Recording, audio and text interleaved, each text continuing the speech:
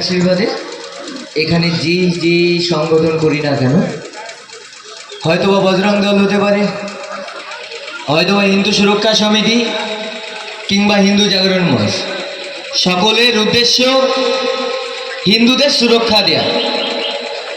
তো যারা যারা হিন্দু সংগঠনের সাথে দীর্ঘদিন ধরে যুক্ত রয়েছেন সকলকে হিন্দু সুরক্ষা সমিতির রাজ্য কমিটির পক্ষ থেকে সকলকে জানাই সাধুবাদ। জয় শ্রীরাম। বিগত দিনে যেই সব ঘটনা ঘটে গেছে তা আপনাদের থেকে বড় সাক্ষী হয়তো বা কেউ না। পশ্চিমবঙ্গের মধ্যে যে বিগত দিন থেকে বর্গি থেকে শুরু করে যে হিন্দুদের উপরে নির্যাতন 1946 থেকে 47-এ দ্য গ্রেট ক্যালকাটা কিলিং, আমরা কেউ তার অবগত কিংবা জানি না এমনটা নয়। আমরা সকলে জানি গ্রেট ক্যালকাটা কিলিং সম্বন্ধে। জানি এখানে যে কলকাতাকে পাকিস্তান বানানোর জন্য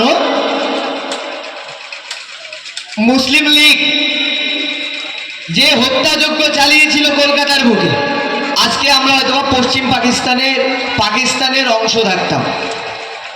এখানে যারা আমাদের সিনিয়ররা রয়েছেন, যারা দেশ ভাগের সেই যে করুণ পরিণতি হিন্দুদের, তারা সকলে জানে। আজকে তাদের কাছ থেকে শিক্ষা, তাদের কাছ থেকে শুনে আজকে আমরা যারা উদ্বুদ্ধ হয়ে কোনো না কোনো হিন্দু সংগঠন করি, আজকে হিন্দুদের পাশে দাঁড়ানোর জন্যই আমরা সংগঠিত। দ্য গ্রেট ক্যালকাটা কিলিংয়ে একজন লোক ছিল, তার নাম ছিল গোপাল মুখার্জি। চিনি আমরা গোপাল মুখার্জিকে? আমাদের সামনে যে চিত্রপটটা রয়েছে, এনার নাম গোপাল মুখার্জি, যাকে পশ্চিম বাংলার স্বৈরাচারী শাসক তৎকালীন ইংরেজরা তাকে নাম দিয়েছিল, তার পৈতৃক একটা ব্যবসা ছিল। আমাদের এর মধ্যে আমাদের তো জাতিগত প্রথা, জাতিগত ভেদ, এই জিনিসগুলোর জন্য আজকে আমরা হিন্দুরা বিলুপ্তের পথে। আমার নাম রুদ্রপ্রতাপ চক্রবর্তী, আমি একজন ব্রাহ্মণ পরিবারের সন্তান। কিন্তু এই যে বর্ণভেদ, যার সম্পূর্ণ বিরুদ্ধাচরণ করি আমি। বর্ণভেদ দিয়ে সনাতন কখনো সংগঠিতভাবে হতে পারে না। এটা শুধু আমাদের পূর্বপুরুষদের একটা রচিত একটা প্রথা মাত্র, যে প্রথার কারণে আজকে হিন্দু ধর্ম, সনাতন ধর্ম আজকে বিলুপ্তের পথে ছিল। কিন্তু হিন্দু সুরক্ষা সমিতি সহ যতগুলো হিন্দু সুরক্ষা সমিতির যারা রয়েছে, এটা পুনরাবৃত্তি হতে দেবে না। কোনো জাতি প্রথা, কোনো ধর্মান্তরিত রীতি, এইগুলোর পুনরায় আর হিন্দুদের মধ্যে আসবে না। তার জন্য যা যা করণীয় আছে তা আমরা করব। যার কথা না বললেই নয়, আমাদের শ্রী গোপাল মুখোপাধ্যায়, যাকে ইংরেজরা নাম দিয়েছিল, তৎকালীন স্বৈরাচারী শাসনরা নাম দিয়েছিল গোপাল পাঠা। আমরা দ্য বেঙ্গল ফাইল দেখেছি অনেকে। পশ্চিমবঙ্গের স্বৈরাচারী শাসক প্রাক্তন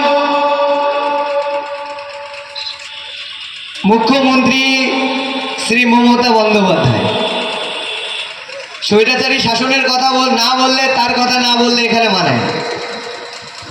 নামে ব্রাহ্মণ, নামে ব্রাহ্মণ্যবাদ, কিন্তু করেছে মুসলিমদের সাথে সমস্ত কিছু।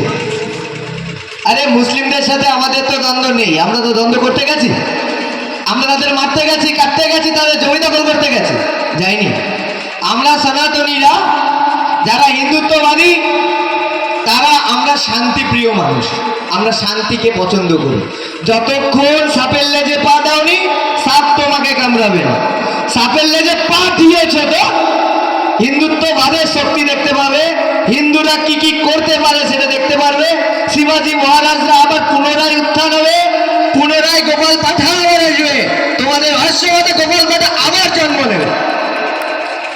আমরা তোমাদেরকে কিছু বলতে যাইনি, কিছু করতে যাইনি, সনাতনীদের শান্তিতে থাকতে দাও।